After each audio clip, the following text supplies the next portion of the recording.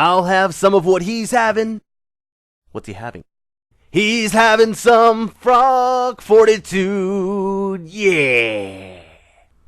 Hello YouTube, I'm Frogman Forever, and welcome back to another episode of Frog Fortitude Atari Editions. We're playing Beamrider. This is session 2.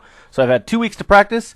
I have an on-camera score of 4,350 points to beat, and an off-camera score, high score, of 5,924. So, not particularly impressive as far as my off-camera score. Didn't get as much practice as I wanted to these past 2 weeks, but hey, what are you going to do? Life happens. So anyway, at the very least, I'd like to get 4,400 points. And if I can beat that, I'm going to go for 60,000. If I hit 60,000 points, or 60,000, excuse me. If I hit 6,000 points, I will for sure get my score. I'm going to edit out a cough right now. Okay, sorry about that. So, yeah, if I hit 6,000, then I've beaten all possible scores. So let's jump right in. This is attempt 1 of hopefully not more than 3 attempts. But I'm going to give myself a max of 5. So here we go.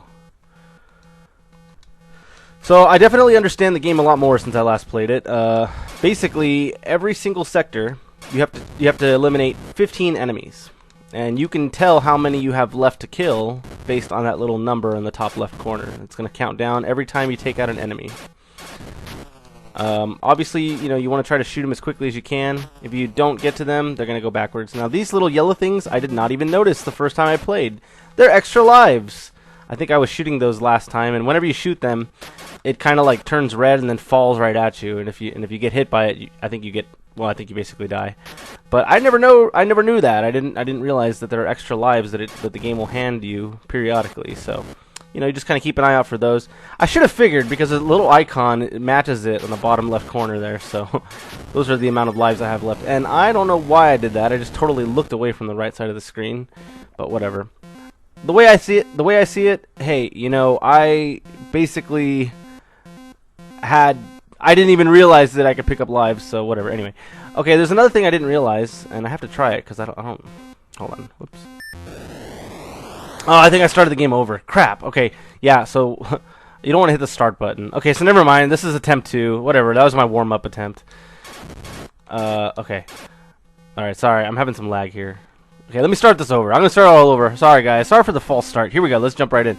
Okay, so let me just mention this before I get going. So those little purple little squares in the top right corner, those are actually missiles that you can fire. I think you're supposed to press up on the direction pad.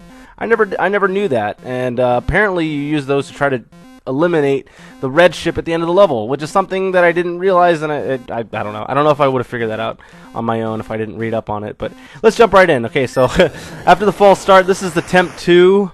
But my first real actual attempt. Yeah, the challenge of this is between sectors not to hit the start button because that'll reset everything. But if you hit just the basic, actually what you have to hit is the left button on like the left directional button in order to reset the round. So, which is like really confusing because normally you have to press a button every time you start the level all over. So. Alright, so yeah, I mean that's basically it. Take down, okay, I got an extra life there. Take down 15 ships for each sector. The furthest I've ever gotten, even in my practice rounds, was to sector 6. So if I get to sector 7, I'm, in new terrain there. Enemies get a little bit more complicated, or a little more complex, but it's not very quick. It's a gradual, increase in difficulty, which is nice. You don't want things to get too difficult too quickly. Whoop. Okay, so this is where like you could shoot. So I just successfully did. This is my first time I ever attempted to do it, and I'm 1 for 1.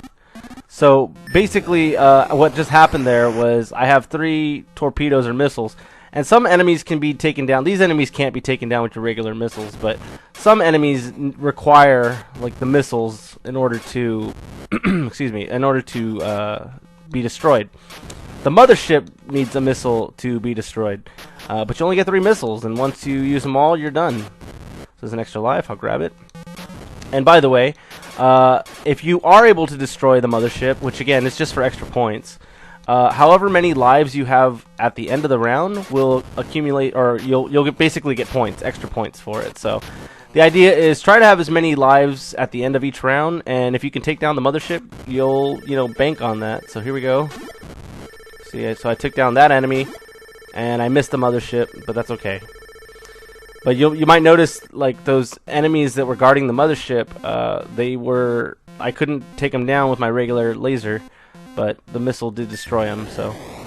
Alright, so far so good. I still get to keep my lives from the last round. Sector 3 here.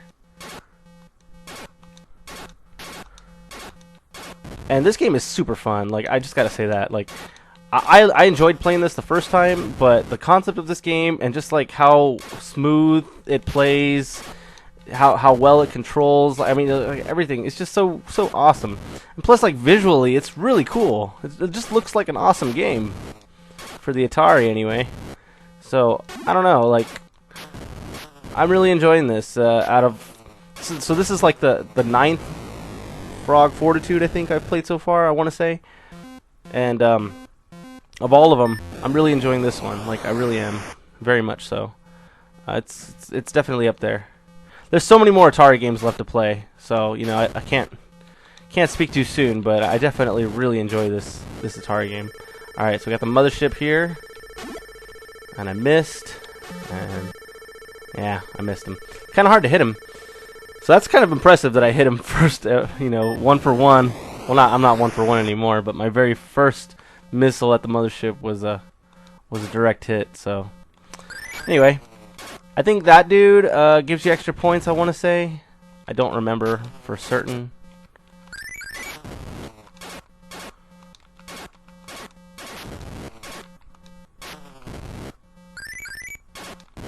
I missed him.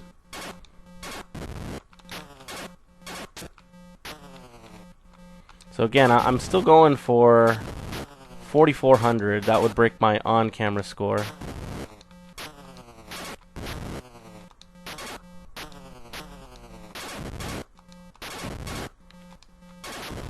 Oh, he tricked me. That guy got me good. That guy got me really good. He was ready for me. Okay, focus, focus. There's only 2 enemies. Oh, he tricked me again, man. That guy got me good. Dang, not doing well now. Making stupid mistakes here.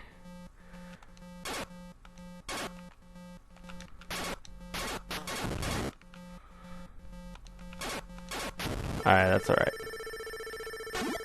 Gotcha, bitch. Haha. I got some extra points there. And I think I just broke my on-camera score, so that was my second attempt. My first real attempt, because the first one was a false start, but whatever. Let's try to get 6,000 in this first take. If I can knock it all down right here, I'm going to be very satisfied. I don't think it'll happen, but, it's worth a shot.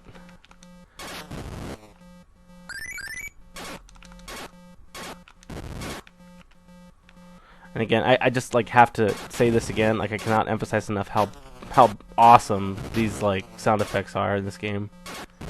So satisfying when you kill an enemy. So obviously there's a lot more obstacles to dodge in addition to trying to attack the enemy, and they're really sneaky there. I think I got one more life, or is that it? This is my last life here. Sector 5, almost at 6,000 points.